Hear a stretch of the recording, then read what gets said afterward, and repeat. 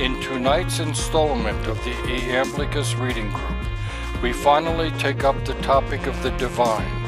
For Iamblichus, the universe is a living series of realities that include gods, archangels, angels, archons, daimons, heroes, and souls.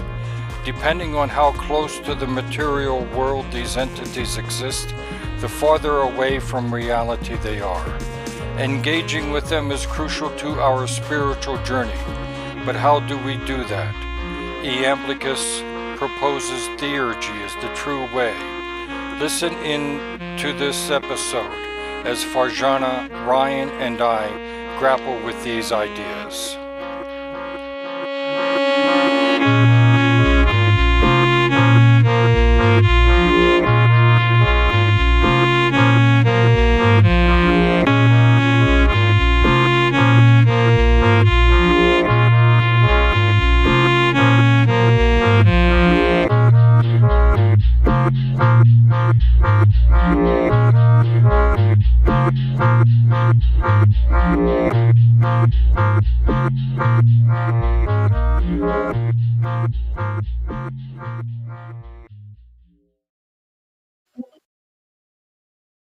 Hi everyone, welcome to the November 22nd meeting of the Iamblichus reading group, and we have Farjana and Ryan on, and really looking forward to this discussion. I have a few comments at the beginning, kind of orient the discussion. There was a lot in this reading. I kind of want to go over some of the high points. So there are two major themes and subjects that Iamblichus discusses in this reading. There's the divine hierarchy and then the validity of prophecy, especially individual lives, including horoscopes. But for this meeting, I'd like to first take up the topic of the divine hierarchy.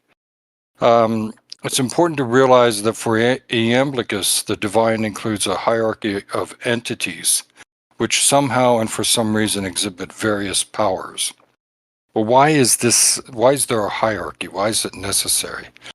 It has to do with the nature of the ultimate reality, which he calls the good and the one. The Neoplatonists use those terms for the ultimate highest reality beyond all things. These are two aspects of the same reality, though some theurgists say the good supersedes the one. And they do that because Plato talks about the good being the supreme reality in his dialogue called the Republic. The good is completely and totally beyond the ability of the human mind to comprehend. It is beyond anything that humans can begin to understand by its natural powers like reason. However, this realm or reality desires the salvation of the human soul. Again, we're talking desires, which is an inaccurate way of describing it, although it helps us understand what's going on in the divine dimension. The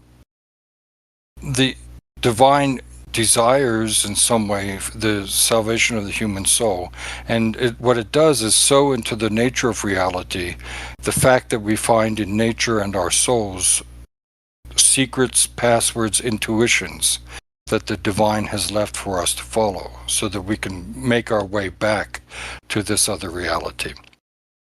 From its descent, the human soul responds to these clues in order to journey to what it vaguely perceives as the source and goal of its being and existence.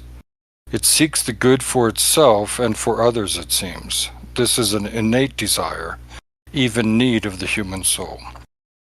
But because the human soul is fallen, and because it's been enmeshed in matter, and its tools for apprehending and then comprehending the reality of the ultimate reality are clouded by matter, we are given various lesser realities that will help lead us back to this ultimate reality. So this is where you have the hierarchy. The gods, angels, archangels, good and bad daimons, heroes, archons, and human souls are emanations of this greater reality. We all emanate. We're all of once. Ultimately, we're all one in our true essence, but we emanate from the one to become these souls in this material reality.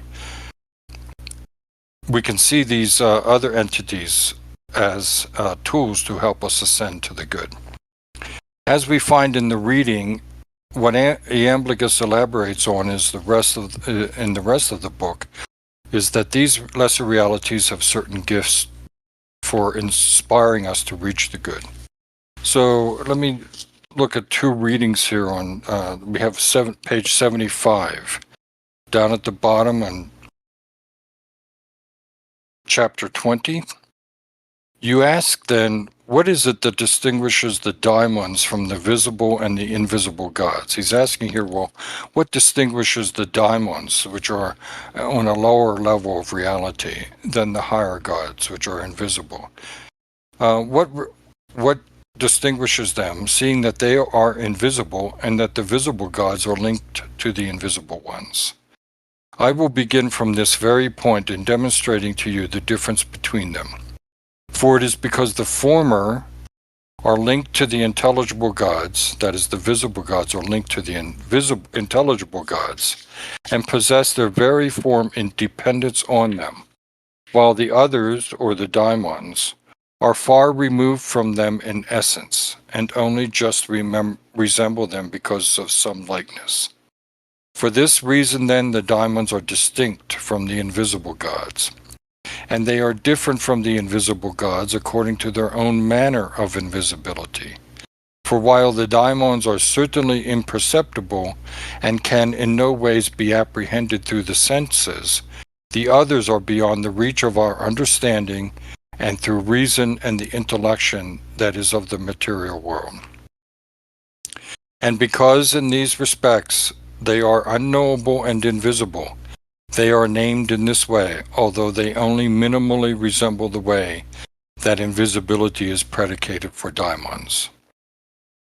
So that gives us a real clear indication of the difference between the daimons and the higher realities or the invisible gods.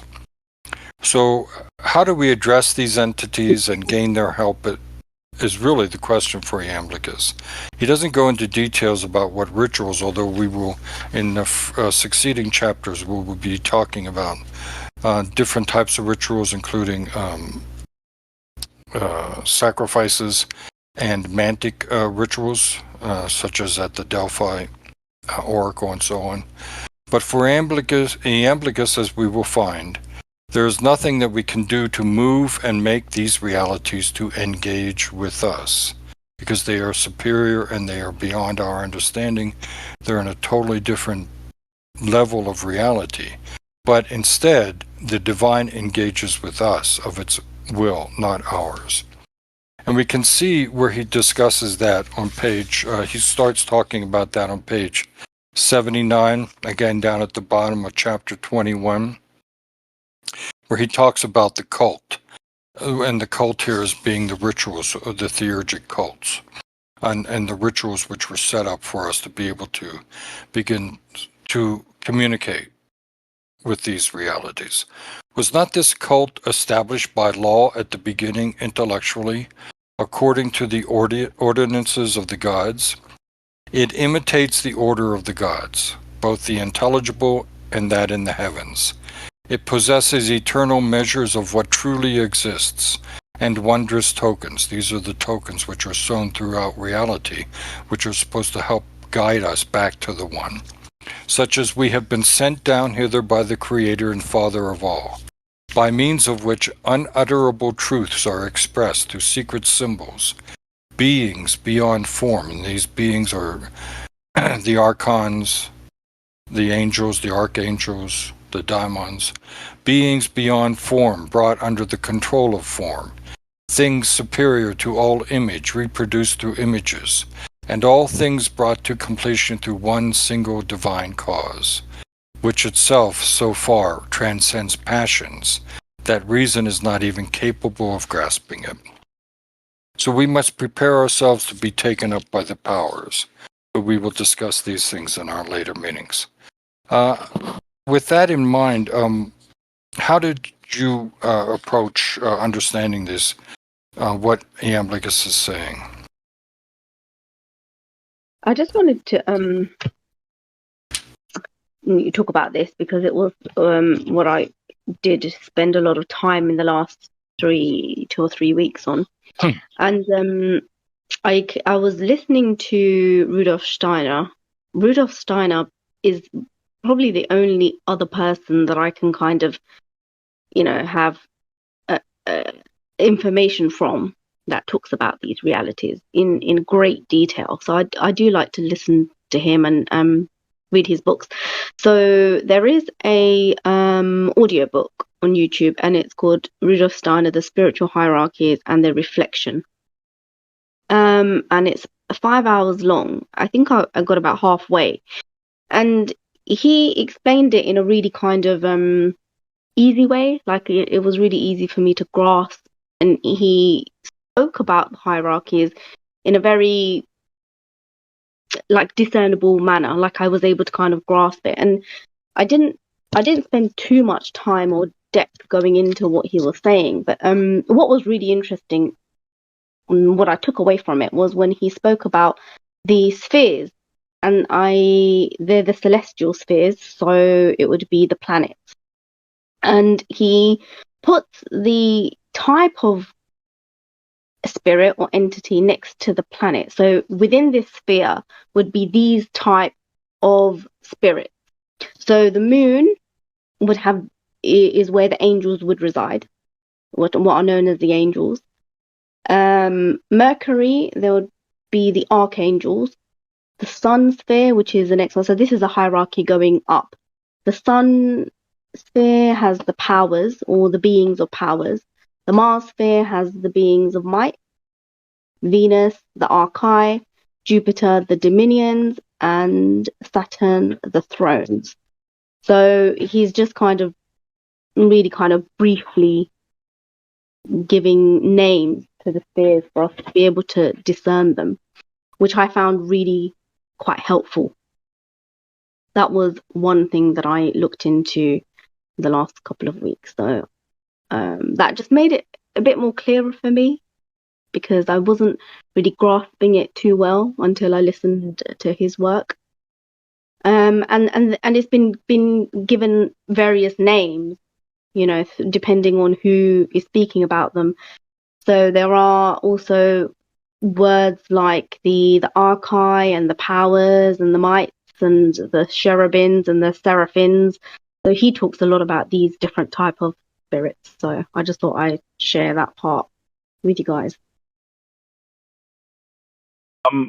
It actually reminds me a lot, and I just pulled up, I'm not really familiar with Steiner, but I just pulled up his Wikipedia page, and it seems like he's definitely coming from a similar place. It reminds me a lot of, and this is kind of how I conceptualize it myself, is I believe it's called the Heot tradition in Judaism, kind of like pre-Kabbalistic, Right. mystic Judaism. And again, no expert, just like listen to like lectures and such on the topic. And they talk about the Heot. Heot means chariot in Hebrew, in Old Hebrew, and they conceive of like each sort of, and I guess it would be, if I'm not mistaken, it would be, what am I trying to say here? It would correspond to the planets in a similar way. And the way that I really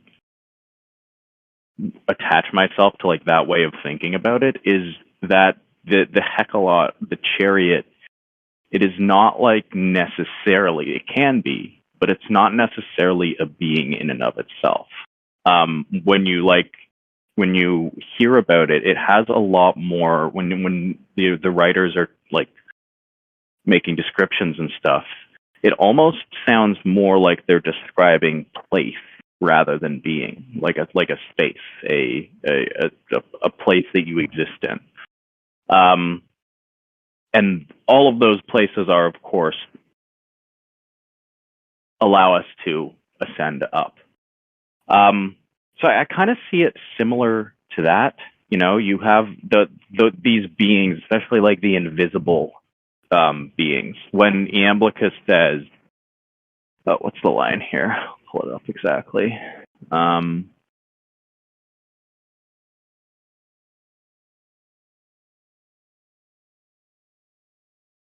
Yeah, when he says that the former are linked to the intelligible gods and possess their very form in dependence on them. It makes me think of it in a similar terms, right? Like the like lesser daimons and visible gods, they exist within a specific. They exist within the invisible God. They exist within the unintelligible God, and by framing it that way, I really like that sort of Heot approach, where the greater beings are not just described as beings; they're actually described as places. These places have their own energy to them. They have their own like distinct realities within them, which I think allows us to get a better grasp of those, you know, various aspects of the one on a more concentrated scale. Sure. But I mean, both of you don't have any problem with this notion that there are like these other realities somehow, or these entities, and would be my question, right? I mean, there are literally other beings outside, and so there's that, and then and then if you ask, well, either internal to our souls or somehow literally external somewhere in the universe. You both are okay with that idea? Not quite. I'm a big like immanence of God kind of guy. You know, I think that to be looking consistently to like external realities, external sources, I think you're kind of shooting yourself in the foot. That doesn't mean that those realities that these higher beings exist in are like easy to access or they're visible to us. But I think to separate the divine space from the material space, as like a lot of, well, actually just a lot of religious people, not even like occult people, but as a lot of any sort of religion are kind of apt to do, I think is kind of missing the point sometimes. It's not that these things are outside. They're still there. You just have to work harder to actually access those things. So, yeah, I suppose the only issue I would take with that is characterizing them as fully like different realities. I don't think that they're different realities as such. They are different to what we perceive as reality. But I don't think that they are so far outside ourselves that we are not, what's the word I'm looking for? That we're not like indigenous to them, I guess, is the word that I'm looking for. Yeah, I think that there is two ideas here. The immanence of God is his visibility, like where we can see God, like his presence is immanent. But then there's the transcendence, and I think that is the going through the hierarchy. You can only transcend if you've transcended all of them. That's the transcendence of God, and that's being one with the one, which I think is different from the immanence of God. And another thing that I have come to see is what you were saying, Ryan, in terms of they're not necessarily in their separate realities, in their own kind of, you know, somewhere far away. They're actually all occupying the same space, only on different wavelengths. So it's a matter of being able to, I think, or from what I've understood, is being able to connect to it And the only way that that can be done is if that's accessible within me. And then I think that's how we can get through the hierarchy. And I think that's what it's about. It's about being able to get through all of these layers, but it's all within the same space. But they are occupying their own individual time and space, but they all occupy the same kind of area, meaning that we're all contained inside of the immanence of God. But in order to transcend all of it, we have to go through all of these different frequencies, I guess, in order to transcend all of it and be one with the one. So I think there's two things going on here. And I think Iamblichus is talking about the transcendence. Yeah, he's definitely talking about transcendence of the invisible gods, and ultimately, of course, of the one. But I don't think that he thinks that they're part of us. I mean, I think when we get to the actual description of the oracles, when we get to the description of the sacrifices, and when we get to the description of the actual entities, he's speaking of these entities as literally existing and manifesting themselves during the rituals, and they're manifesting themselves to us as definitely other entities that exist outside of us. But wouldn't that happen as a matter of resonance, meaning that the only reason that they would, like certain ones would present themselves to me is because it's within me, like there is a similarity there. That's how I maybe, yeah. I mean, maybe in the sense that you have to purify yourself. Yeah, Is that that's what what you're I mean. thinking? Yeah. If you purify yourself so that you're open to, to having the God come to you, and really, it's very strange, because there's literally, I mean, all you can do is purify yourself, run the ritual, and the ritual doesn't make the God or the entity somehow manifested. The God or the other entity decides to come to you of their own will. And I think that's because of the resonance. Like, that is what would make sense to me. So the accessibility has to be within me, which would maybe mean that there is a part of me that is similar to their wavelength. That's the only reason that I'm now able to be in their presence. Do you know what I mean? Yeah.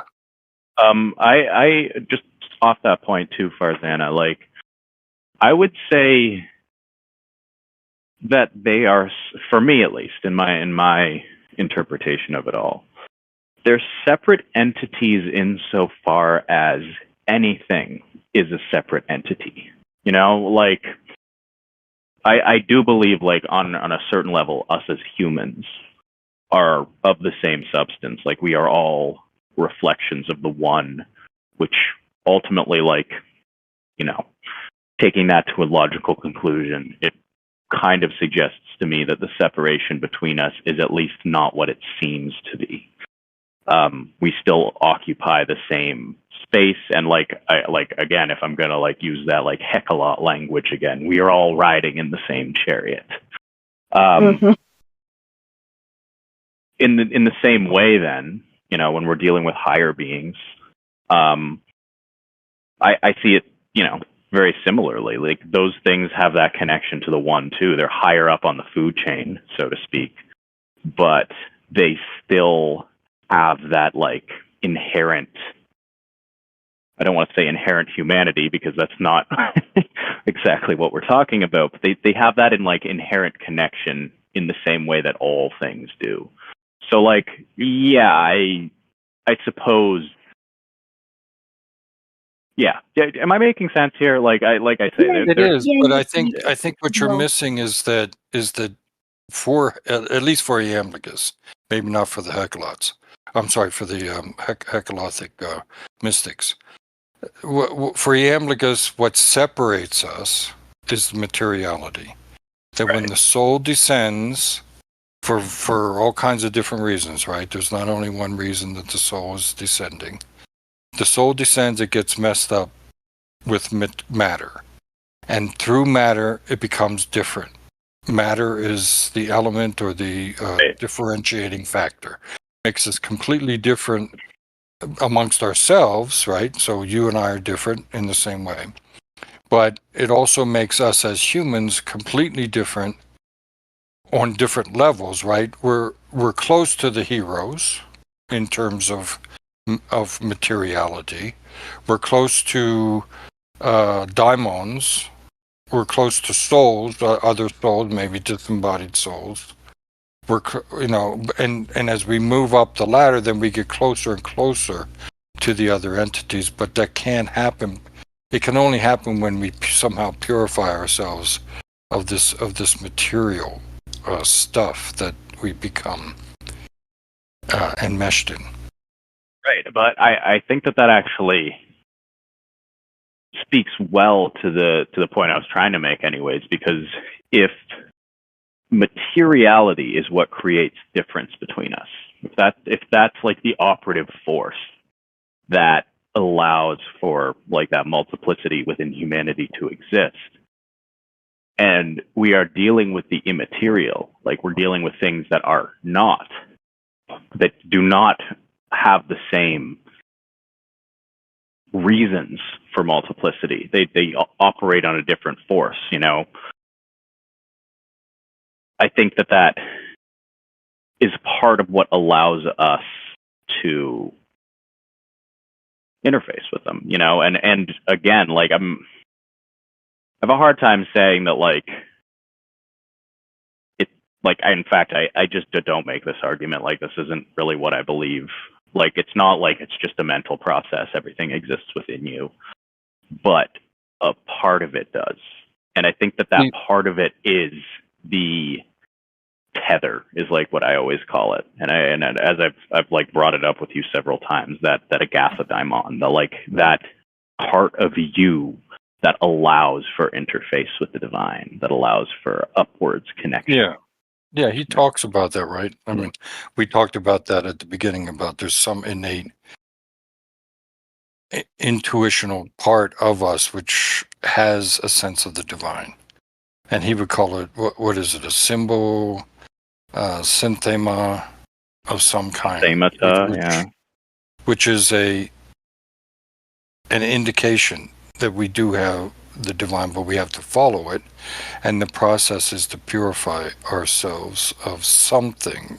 He calls it matter. I don't know whether that's still applicable, whether that still makes sense or not. Yeah, I mean, just another note I made from Steiner's lecture was, according to the spiritual science, we rise upward from earth to water, from air to fire, and then to light. I mean, that would make sense then, you know, to fit what Iamblichus is saying. It would be so it would be a hierarchical array of the densities, which is really the easiest way that I have been able to understand it. So what we're purifying is the density. Earth is extremely dense. I mean, we know that in comparison to water, and water is dense in comparison to air, and air is dense in comparison to fire, and then to light. You know, that makes a really easy kind of hierarchy to understand. Now, go ahead. Sorry, carry on. Well, one of the things of the Steiner description that you made was that he was assigning them to planets. And we do have a description and discussion of the planets here, right? With the Iamblichus, and he seems to. Yeah, I mean, he agrees. He agrees that the gods are, or that the planets are gods. He agrees with that. However, he thinks that there are higher gods above the planets. And I mean, I would agree, but it just gave me a really good kind of like it was clearer, you know, it was much clearer. I mean, it's clear to me that you've got to just transcend all of that until you get that to the highest, which I think is the primordial essence, I guess, which is the only way that I can describe it. The primordial essence goes above that. It goes above the archetypes. It goes above the angels, the gods, and all of that. And I mean, because of this, the reason that I come back to, the way that my outlook is because all I can do from my perspective is this purification process. So, there's not really much else that I can do.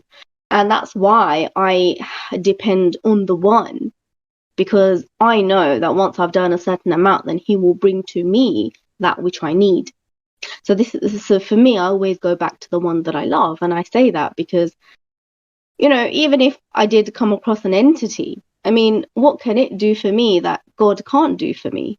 I think that God will bring it my way only and only for me to recognize where I'm at. That's the gift. Can we talk about the purification, though? So we're talking Yeah. about materiality. What does that mean to you? For Iamblichus and for, let's say, Proclus and other Neoplatonists, it has a really strong sense of asceticism, right?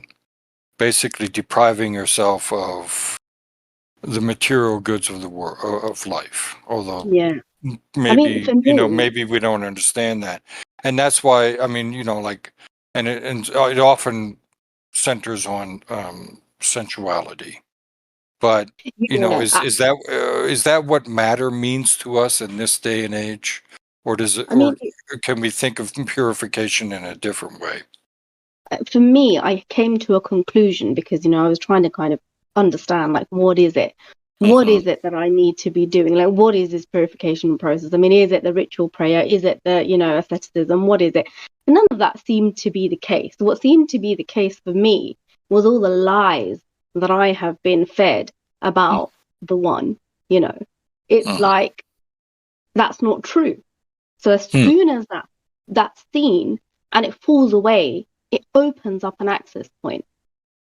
All the things that are not true. I think the downfall of man into the soul is about being taken away or tricked and to be told all the lies that we've been told against the one that we love. And I think ultimately the whole process is a reversal of that.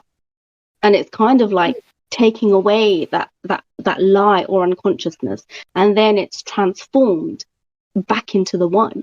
This is the process of transmutation of the soul, which is the transformation of the unconsciousness back into consciousness. So that's what really it has been for me. So it's kind of intellectual for you.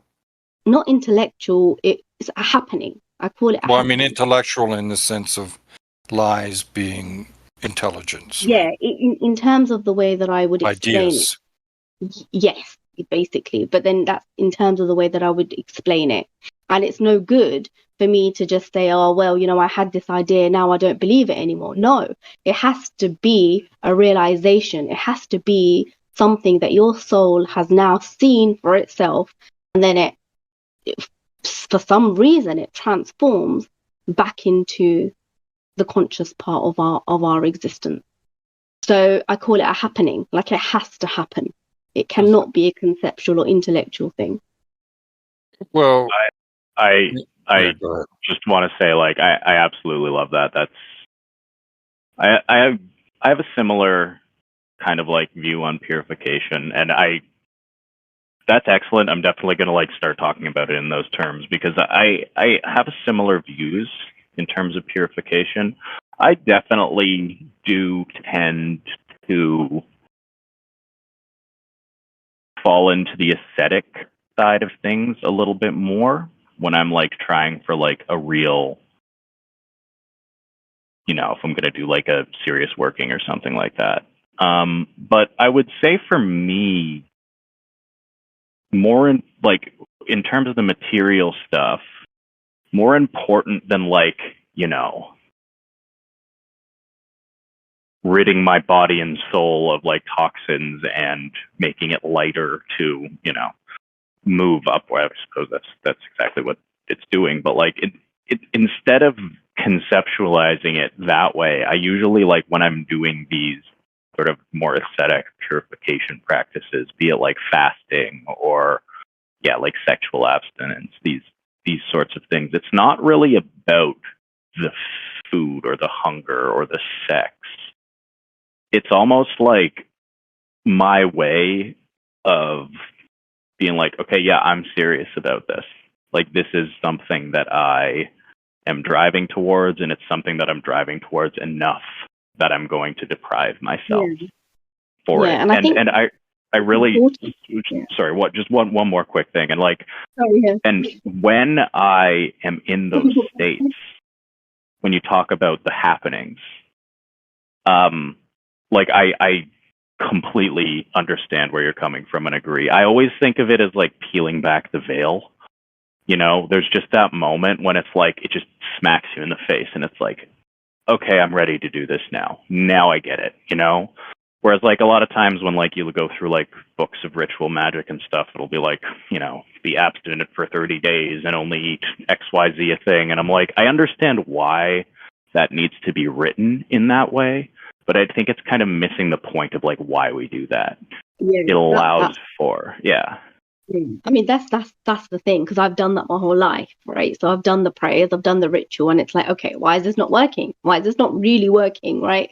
Because it's not a physical thing.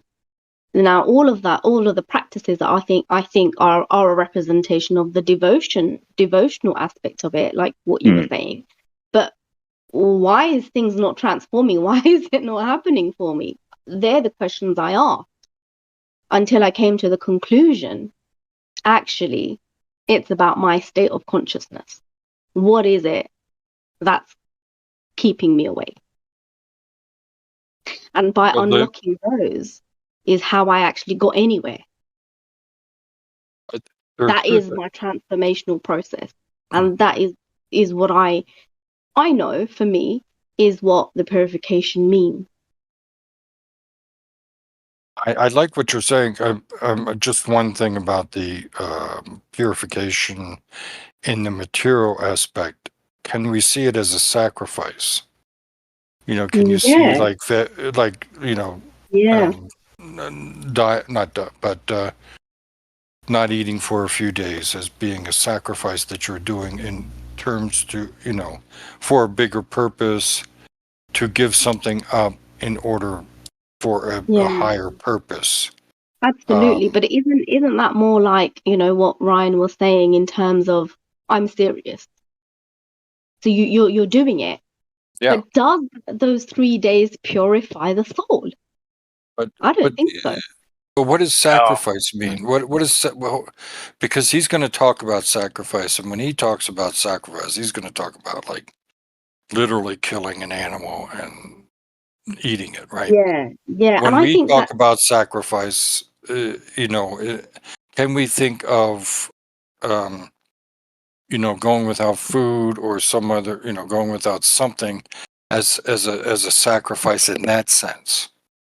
Yeah, but I think that, you know, what is it that I'm supposed to be getting out of not eating for those 3 days? And what I came to was those 3 days were basically taking away the distraction, which was keeping me away from seeing what I really need to see. And in those 3 days, if I have seen it, a glimpse of it, or had a realization, or, you know, been able to recognize something, then that's happened for me. But if not, then it's just hunger. Well, I mean, and I think that's getting to what he's going to say later. He's going to say later that it's really, remember, it's the God, or it's the ultimate. It's the God who will be in at least for Iamblichus. I'm not saying, you know, any other tradition. The God doesn't care. Let's say whether you, you know, go on a fast or not. Yeah. Right. Mm-hmm. It doesn't mean anything to the God. This divine reality. Yeah. What they do is, however, they do take that and they turn it into something which is much more divine than what you had intended. Yes. So, and you participate in that becoming divine that Yes. the God somehow gives to you. So it'll be the God which gives you the perception, the insight into understanding that it's not just giving up food. There's Yeah. So there's this is something it. else going on. That's why I say it's a happening. It's always happening. It has to happen. Mm-hmm. So there was something that I was when I was looking into this. There's another lecture. I think it's by Manly P. Hall. It's on YouTube, and he talks about Iamblichus and the mysteries. And it really kind of gave me a good summary of what he's describing in Iamblichus's work. I wanted to read it to you guys if you want. Absolutely. Yeah, thank you. You're okay? You're okay for me? Okay. I'll just say it. I'll go through the main points that I took from it. So this is Seminar 2 by Manly P. Hall. It's on YouTube, and this is what he's saying. According to Neoplatonism, man grew by exhausting the limitations imposed by every level of existence. This is precisely the burden of the divine commander or the shepherd of Hermes, in which the individual, the initiate, seeking the mysteries, ascends through the orbits of the 7 planets. And at each of these orbits, he transcends or solves the mysteries of that orbit. And so finally, he attains to the emporium and passes through the mysterious little door in heaven and comes before the throne of the Great One above the great crystalline sea. In the Neoplatonic concept, therefore, we have the gradual experiential reality of the individual moving from the sense of separateness, aloneness, towards a sense of identity. Aloneness is the acknowledgement of the acceptance of diversity, division. The more completely the individual believes in many, the more completely he is capable of isolating himself in isolation. If he believes in 10, 100, or 1,000, he is one of them, and they may all surround him and may press upon him. So, aloneness is the acceptance of the divided number, the representation of the individual's inability to recognize unity. From the earliest points of man's existence, he has been moving from a savage isolation towards a gradual integration of a social structure in which he no longer experiences aloneness. Thus, in the archetype or in the divine patterns, even as the gods, in their own motions move again towards the victory of re-identification with unity. So man in his great migration through life is forever moving away from separateness or otherness and towards the increasing recognition of wholeness. Iamblichus tells us that these unities which represent the seeds, which flow from or descend from the primordial unity, that these unities are innumerable and man conquering diversity always does so by the discovery or experience of some kind of unity. And he also says that every experience of unity is an illumination. In other words, the moment the individual sees the bridges between separate things, he begins to have the theurgic vision to some degree, because theurgy is not merely a consummation in itself. It is a gradually unfolding, growing power of our perception, by which certain things not now obvious become more and more continuously apparent to the consciousness. Therefore, a unity or the experience of entities may exist on any level. And I thought That's a very powerful. That's very nice. He's I really love kind Manly of Hall. Yeah, in a really lovely way. And this is why even the rituals are based on this. And he does talk about the 7 planets. And to me, the reason that this 7 planets thing is important is because depending on what part of our being we have the unconsciousness kind of sitting there. Like, for example, Saturn is about security and insecurity. So if we recognize in ourselves that, oh, I'm quite insecure, or, this makes me feel very anxious, then really it's about trying to transform that part of us so that it comes back into the whole. And then once that part of the mystery has been solved, like he says here, you can then have access to the next one. And it seems to be a continual unfolding of it. It's not just, happens once. I mean, that's why we have a lifetime to do it. And he continues in this other part. Like, there's a few other bits I wanted to read really quickly. So one of the old philosophers pointed out the fact that when man picks a piece of wood, puts 3 legs on it, and makes a stool, then this individual has made a unity out of diversity. He has built a unity, and that all building is the bringing of things together, even as all destruction is a separation of things. So I guess he's saying that we're continuously bringing unity, you know, whichever way we kind of see it. And this next part I wanted to share because it really reminded me of this group. You know, it kind of you know made me realize why I was attracted to this particular reading group. So he says, through the voluntary cooperation of human beings who discover that the old adage, in union there is strength, and that these unions create a oneness. When 6 men are of one mind, there is a oneness, and this oneness is an archetypal entity. And according to the Chaldeans, these archetypal numerical entities are God. Or, if we wish to look at it in another way, they enable, through a new body compound, to achieve a release of the common strength of the group. So I guess what he's saying is, like, you know, if we take this group, for example, we've come together for a common cause. Mm-hmm. And then what's happened as a process of that is that it has released a common strength. And that strength is called a God. So I think that we are the creators of this. It's not just that, you know, the gods are there to help us. It's both. Mm-hmm. So I like the yeah. I mean the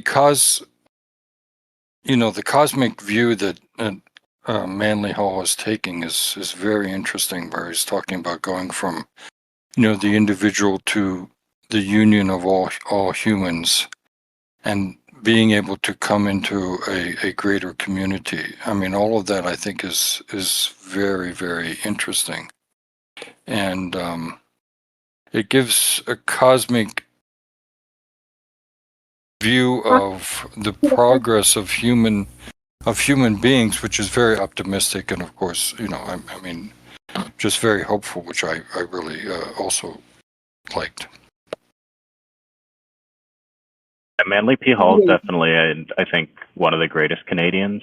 I'm glad that we can claim him as, which I guess actually probably goes exactly against what he was just talking about. But like the kind of adage that kept coming to me as that was reading, as you were reading that, is like, I think that is such a good justification for like what I see as the truth, that the whole is greater than the sum of its parts.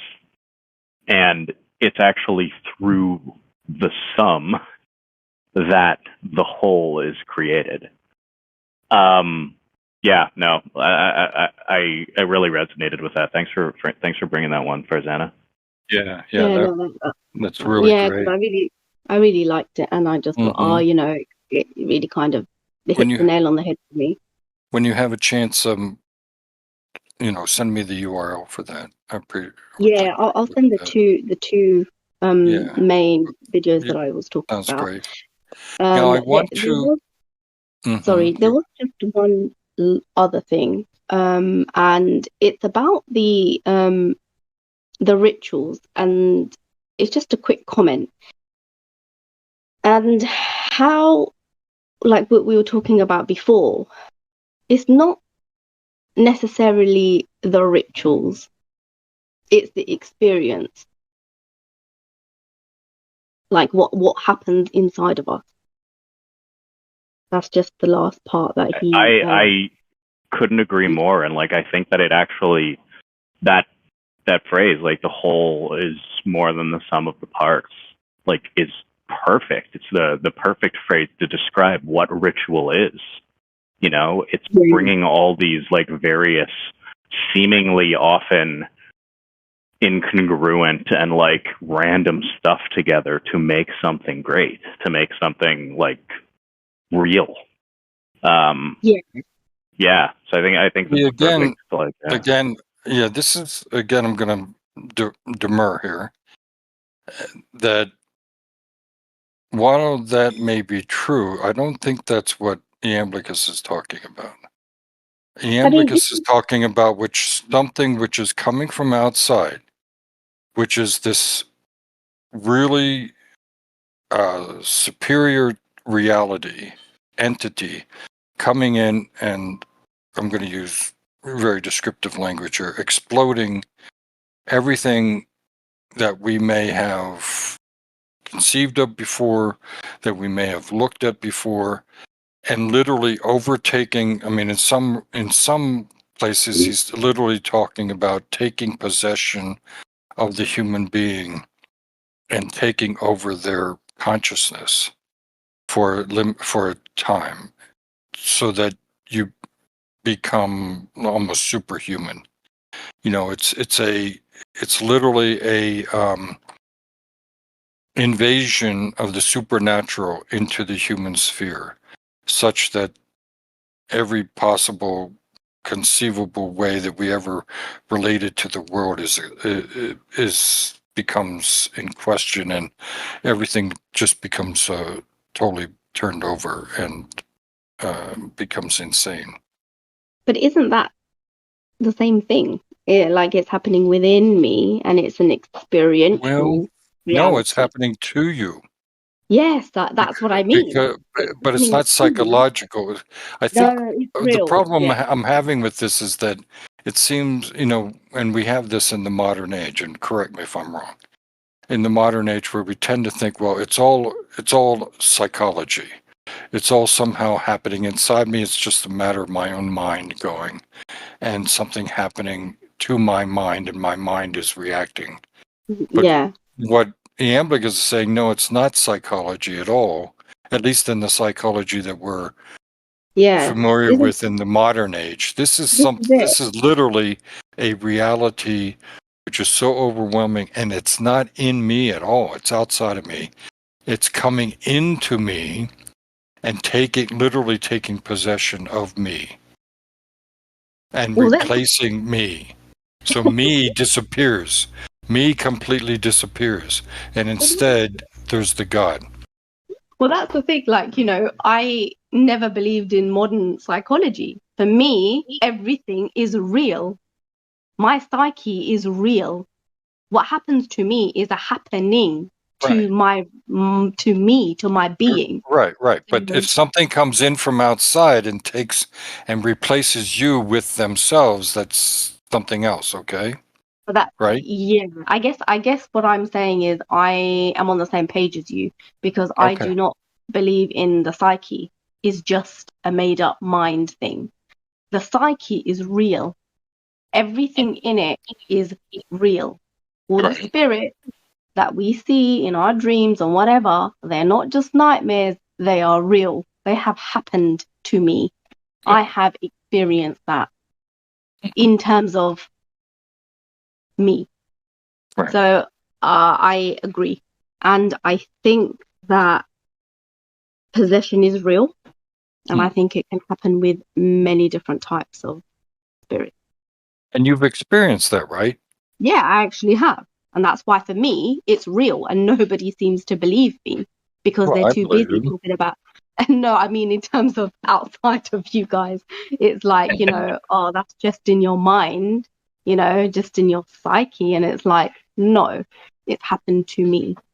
See, this is Yeah. where Iamblichus comes in. He says, you can only, and we can talk about all of the intellectual stuff, and obviously we will continue to talk about that. But unless you experience it, you don't know it. And that's basically his message to Porphyry. He's saying to Porphyry, okay, we can intellectualize this, you can ask all your intellectual, skeptical questions, etc. But come to the ritual, and you will see. You have to come to the ritual and you will see. And it's like you've experienced this, so you understand. And Yeah. I think I've experienced some of it, maybe not as to the degree that you have.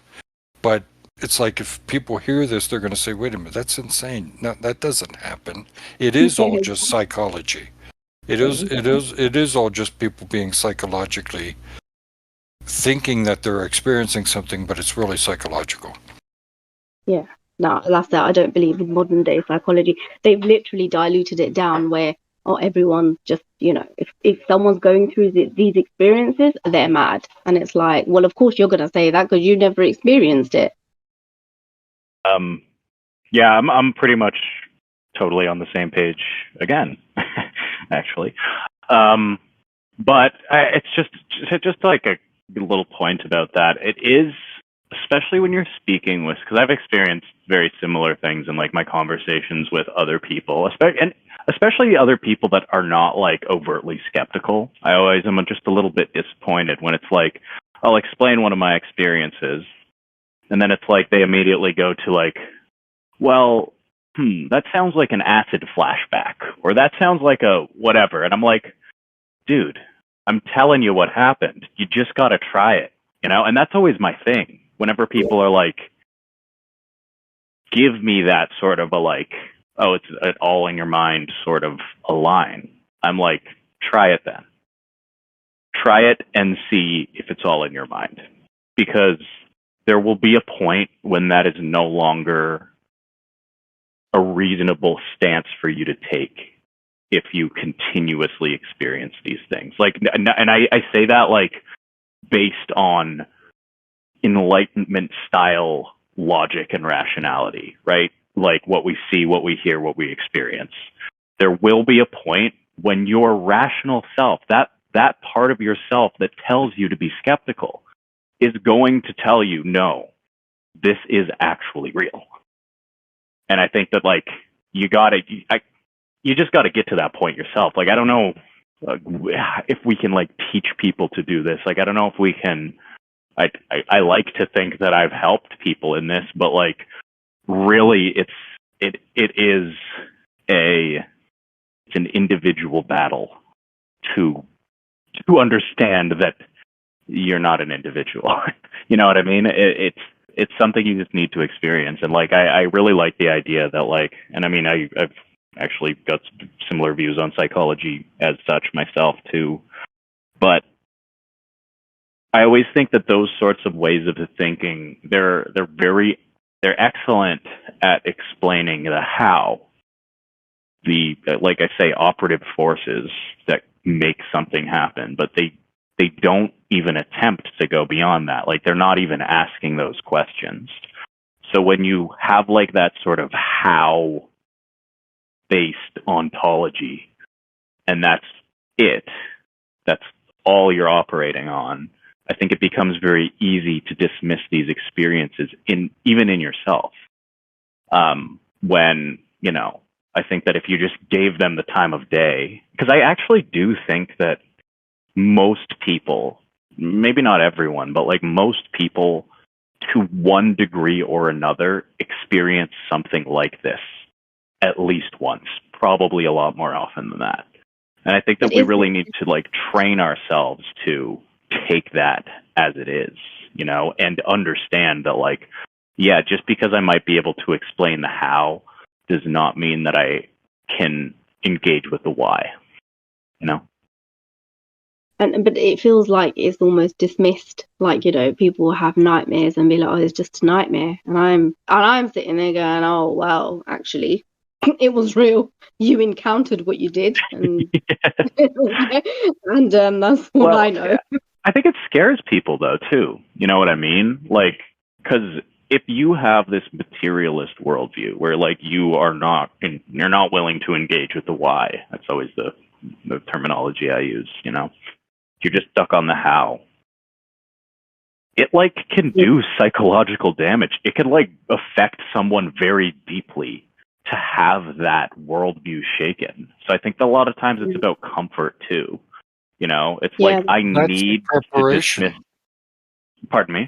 that's the preparation that's required for the ritual, right? I mean, that's why the purification is supposed to happen. You're supposed to, what the purification maybe isn't just these ascetic practices.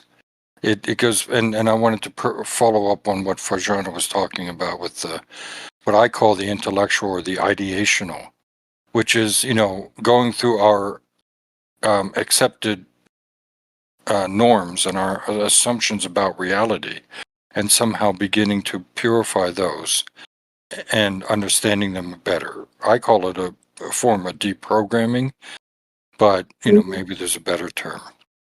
That, and if we are able to start at that level, which is the ideational, we begin that process, which would then make us at least accepting of the happening when it happens. Yeah, no, that's a great point. Actually, I haven't thought about it quite in those terms, but I think that like kind of hits the nail right on the head. Yeah, that makes sense. We need to go through some type of process, and that's, it's not psychology per se, I don't think. Although I think it can resemble psychology in some way. But you begin to, I don't know whether anybody is offended by witchcraft or anything, or those who practice what they call Wicca. But there's something called shadow work, which is taking up the dark aspects of things that have happened to you and beginning to understand what those things were and why they happened and that kind of stuff. In some ways, I think that's a valid approach. Yeah, that makes sense. Yeah, I didn't actually. Yeah, I've never thought of it like that way, because I think you do need a lot of preparation for this. My God, like, it's not easy. Well, it sounds like it just happens to you, and it has happened for a while. Yeah, correct in that? And it's nice to actually get that view, because I can kind of reframe, because instead of it being, like a difficult thing for me, which it has been and it still is, but it's like a reframing would be, God, if this is a preparation for what's to come, then then I guess that's what it's all about, because it's true. Because they say the shamans have to take a similar journey. They have to practically go through death to become a shaman, right? Like, that's a difficult thing to do. You've got to die before you die to become a shaman in this world. Right.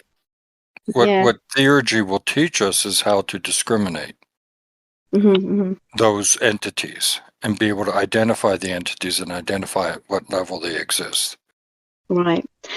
I mean, for me, I identify them and discern them depending on their vibrational frequency, because that's the difference. They have a very different vibrational frequency in terms of the density. And that's interesting, of course. No, go ahead, Ryan. I was just going to, right off that, I was just going to say, like, that's actually something I have the most trouble with, as I think I've, discussed with you guys in the past, being, getting in contact with something and then being like, oh, man, I don't know if I actually want to be in contact with this thing. You know what I mean?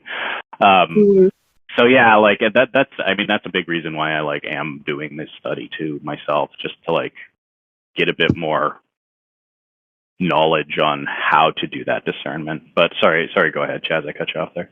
Well, no, I mean, the frequencies is an interesting way, probably, and if you've read ahead, Iamblichus starts to describe the entities, and he talks about them in terms of light, and of course, light is a frequency of some kind or other, right? Well, yeah, either quantum or a frequency. But so that's interesting too.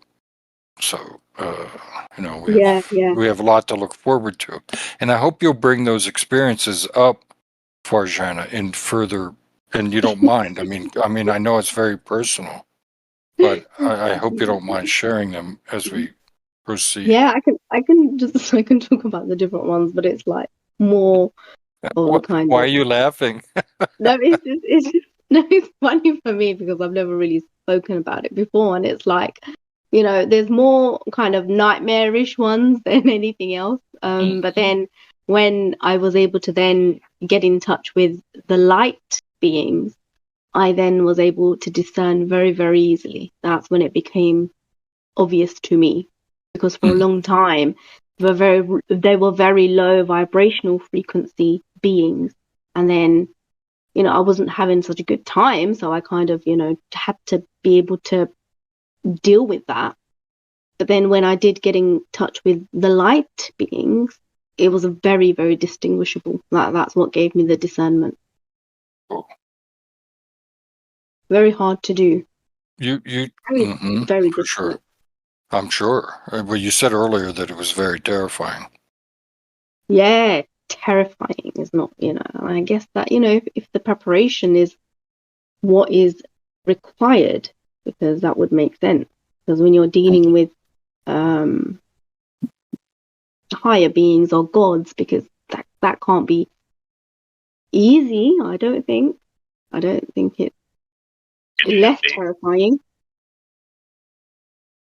You know. Well, you too, Ryan. I mean, you know, I hope you'll be sharing your experiences as well. Yeah, of course. I mean, it's honest. It's funny you say that, Farzana, because it's like I do, and it's honestly because of those experiences where like people are dismissive. You know what I mean? That I'm just like, yeah, well, I'm just gonna like let this be my own thing. So there's so much stuff that I'm actually excited to talk about. Maybe not get into tonight, but in the future that like I haven't really. I'll have to think about how to articulate it like in words, because so much of it just exists on that boundary. You know what I mean? Of the unintelligible, I suppose. And that's what always makes me like know a truly legitimate experience when it's like, when it's all done. It's never really done, but you know, I'm in a regular state of consciousness. And then I'm like, how exactly do I describe what just happened to me? That's like always like a good sounding board for me. It's like, okay, then I think we're cooking with gas if you have trouble. But anyways, yeah, we'll get into that though, definitely. Oh, yeah, something to look forward to. That's where the experience comes into it. Like, you know, it's difficult to explain it all, because to explain an experience is not easy to convey that to somebody. And that's why it's about the experience. It is an experiential thing. Yeah, I often find like if I was able to describe it perfectly, then like I would be God. You know, like I would be that thing, which I am not. So, anyways. Well, that's interesting, isn't it? Because that is what Iamblichus is reaching towards. Yeah, I guess so, right? I mean, he's not scared of that. No, he's not scared of that. Not that he thinks that it's possible until you're really, really old. But, you know, I mean, that certainly is the goal and objective of much of theurgy, is to become God-like. Oh, totally. And I mean, like, I always... I've got a lot of work to do. That's what I say. Like I always say, purification is an ongoing process. Like it's not like I'll do like a specific purification for a specific thing, but especially when we're talking about that sort of like ideational, experiential happening way that purification happens. Like I think my more intense and like revelatory experiences have come about at times just randomly. Not randomly, like they're based on what happens in my life. They're not based on any ritual necessarily. I mean, like the whole idea is like to make your life a ritual, you know, live ritually, and it will allow for the theurgy to happen. But like I say, that's that's true of me as well.